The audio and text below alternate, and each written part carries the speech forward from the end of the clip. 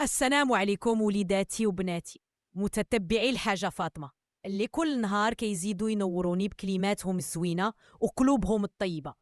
اليوم ماشي جبت لكم قصة، ولكن بغيت نهضر معاكم من قلبي على واحد الحاجة اللي كل شي فينا كيعيشها، ولكن قليل اللي كيواجهها برزانة وعي، وهي الصدمات ديال الحياة.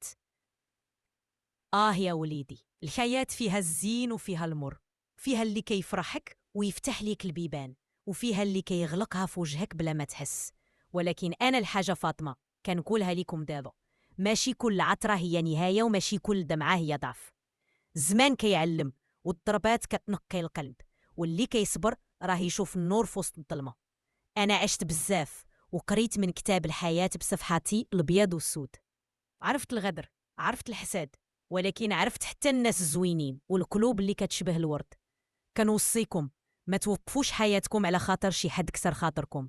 ما تبكيوش على باب تسد، راه كاين باب آخر كيستناكم، يمكن يكون أوسع وأزين. آمنوا براسكم، وقفوا وقفة الرجال والعيالات، وحطوا رجليكم في الأرض وتعلموا تقولوا كاين الله وهو اللي عالم بحالي.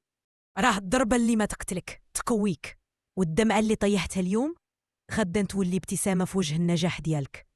الخدمة، الصبر، النية الصافية، هادو هما مفاتيح السعادة، ماشي المال وماشي الناس. وخا تبقى بوحدك قول أنا معايا ربي وهو كافيني، وخا يطول الطريق قول أنا غادي نوصل، حيت كل نهار كنزيد خطوة وكل تجربة كتعلم. وما تنساوش كونوا نيتكم بيضة، ما تحقدوش ما تحسدوش، راه كل واحد يرزقه وكل واحد وقسطو. وفرحوا الناس باش تفرحوا حتى نتوما، حيت الدنيا كيف المرآة كتضيقني فيها.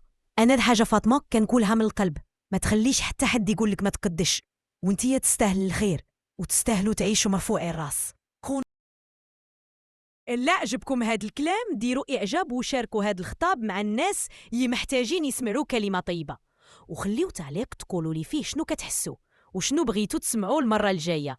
راه الحاجة فاطمة كتشوف وتقرا كل شيء، وبغيت نكمل هاد الطريق معاكم يدن بيدن.